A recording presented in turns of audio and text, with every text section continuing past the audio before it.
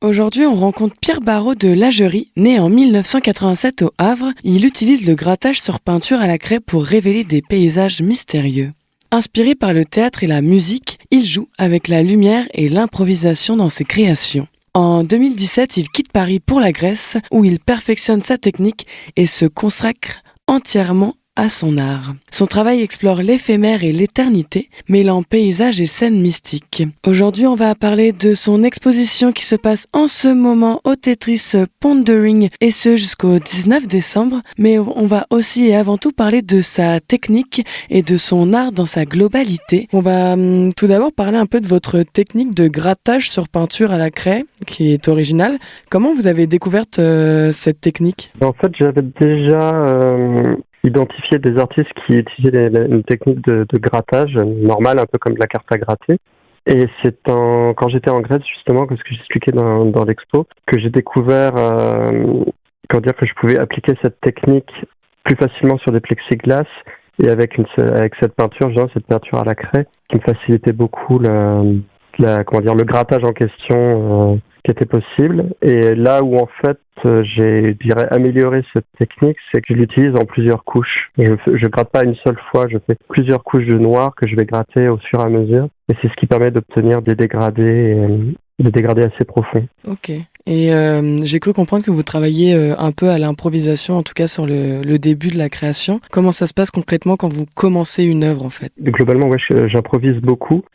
Généralement, en fait, la première couche de grattage, c'est généralement je définis les grandes masses de lumière. En gros, je vais gratter une partie entièrement blanche et le reste sera noir. Et du coup, c'est une partie que je peux recommencer plusieurs fois où vraiment j'improvise littéralement. Je gratte une grande forme, je vois est-ce que cette forme m'inspire quelque chose ? Est-ce que ça m'emmène ailleurs ? Et généralement, en fait, c'est des choix comme ça que je fais, couche par couche. Parce que plus on avance dans les couches, moins je gratte, plus je pars dans la précision. Mais les 3 premières couches sont déterminantes parce que c'est là où j'improviserai complètement, dans le sens où... j'improvise la structure du dessin. Et il faut que cette partie-là je sente qu'elle soit réussie dès le début pour que le dessin m'invite à aller plus avant dans cette idée pour explorer. Mais il m'arrive très souvent d'improviser quelque chose et de ne pas me sentir attiré par ce que ça dégage, comme masse de lumière et d'ombre, et de recommencer.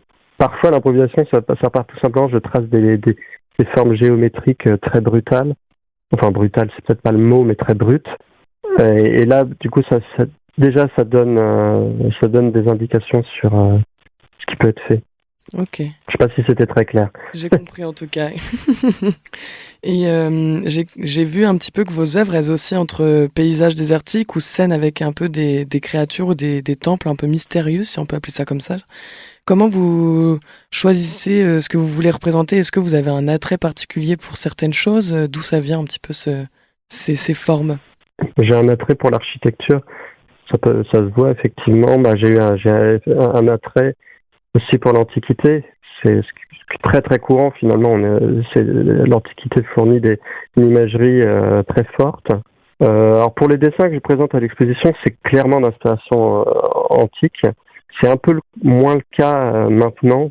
J'ai quelques années que je m'éloigne de cet imaginaire. Mais globalement, c'est surtout beaucoup d'architecture, beaucoup d'inspiration qui viennent du fait que je travaillais avant dans un théâtre. Sur tout ce qui est scénographie. J'ai jamais été scénographe moi-même, hein, mais la façon dont on agence des lumières, des décors sur une scène. Et pour ce qui est des personnages et des créatures, c'est assez rare finalement. C'est de plus en plus rare. Mais de temps en temps, j'ajoute une figure qui est rarement mobile. Pourtant, c'est des oiseaux, des fois c'est des statues, des silhouettes. Non, ça se réfère pas forcément à quelque chose de vivant. Il y a un côté un peu désolé dans ce que je fais. Je vois tout à fait.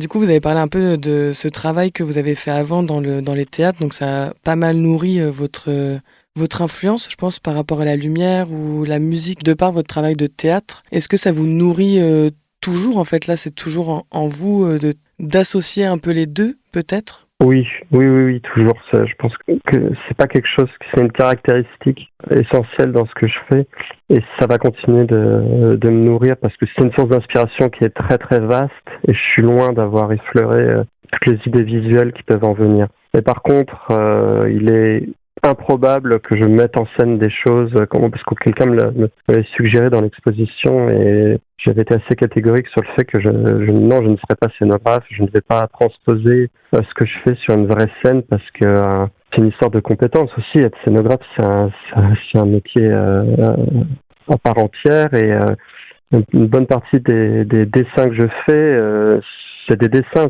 c'est pas des designs de scènes. Donc ils sont aussi plats en fait, c'est de la 2D et c'est important pour moi de le préciser que ça reste, même s'il y a des impressions de perspective et de profondeur, ça reste de la 2D et c'est important de les voir comme ça aussi. Tout à fait. Et aujourd'hui, c'est un peu si j'ai bien compris, votre première exposition personnelle. Qu'est-ce que vous espérez un peu par rapport aux émotions des visiteurs, ce qu'ils retiennent en découvrant vos œuvres comment se passe en vous cette première expérience d'exposition ? C'est pas ma première expérience. C'est la première fois que j'expose au Havre, qui est pour moi quelque chose que je souhaitais depuis assez longtemps. Mais c'est pas du tout ma première exposition. J'en ai quelques-unes dans la besace maintenant. C'est toujours très agréable d'exposer le travail et d'avoir la question qu'est-ce que les gens vont penser. Surtout là pour l'expo au Tetris, c'est des dessins. La seule fois où ils ont été exposés avant, c'était lors de ma première exposition solo à Athènes. C'était en janvier 2020.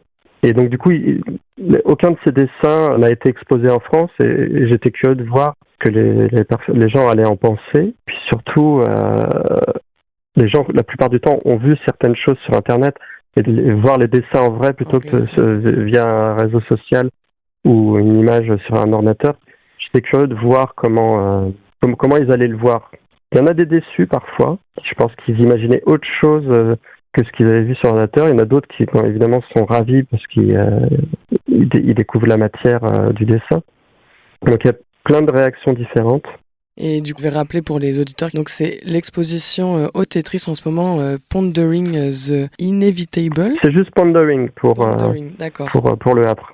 C'est Pondering the Inevitable. C'était l'expo d'Athènes. Le terme avait été écrit par le galeriste parce qu'il partait sur l'idée que, mes dessins parlaient beaucoup de ces choses qui vont disparaître de manière inéluctable. Donc il avait nommé comme ça et moi j'ai gardé le mot pondering parce que c'est-à-dire en réfléchir à quelque chose ou se questionner sur quelque chose. Et moi en posant ces dessins-là et refaisant cette expo que j'avais fait à Athènes, je me questionne sur où est-ce que j'en suis moi par rapport à ces dessins 5 ans après. Ok. Voilà, désolé, je vous ai coupé. Pas de souci, comme ça les auditeurs sauront. Donc Pondering, vous pouvez le retrouver au Tetris. C'est du mardi au samedi de 13h à 18h. C'est une entrée qui est libre et gratuite, faut le savoir, et c'est jusqu'au 19 décembre, donc c'est un jeudi. Donc je vous invite tous à venir. Et est-ce que vous, Pierre, vous avez d'autres projets, d'autres expos en parallèle ou qui sont prévus après ? Pas en parallèle, mais j'en ai une qui est prévue à Paris en janvier, qui est une exposition collective où il y aura un seul dessin, qui est à la Fondation Taylor. Alors la date précise, je crois que c'est le 13 janvier. Okay. Et je donnerai les informations sur les réseaux et sur mon site, parce que pour l'instant c'est pas encore absolument officiel cette expo, même si elle va avoir lieu évidemment, mais j'ai pas les informations certaines. Ok, pas de souci. Donc il y aura d'abord, vous pouvez venir découvrir cette expo au Havre, au Tetris, du mardi au samedi, et peut-être qu'ensuite, après le 19 décembre, si vous n'avez pas eu la chance ou le temps de venir, vous pouvez aller découvrir ça à Paris. Du coup, vous aurez plus d'infos en suivant Pierre Barraud de Lagerie sur les réseaux sociaux ou sur son site internet pour suivre un peu toutes les nouveautés et les expositions qui vont se passer dans les prochains temps. Mais en tout cas, merci beaucoup Pierre pour cet échange. Beaucoup, oui. Et peut-être à bientôt, j'irai voir, j'ai pas encore eu le temps d'y aller, mais j'irai voir vos œuvres bientôt au Tetris. Mais avec plaisir, j'y serai probablement je crois que c'est le 13 décembre pour la release party du groupe Without Skin. Ok, intéressant. Donc j'y serai là en personne et bien sûr j'y serai là le 19, le jour de la fin, je me doute. Et le 20. Okay. Et ben je note toutes ces dates et notez-les aussi si vous voulez le rencontrer en vrai. Eh bien merci et bonne journée en tout cas. À vous aussi. Merci. Au revoir. Au revoir.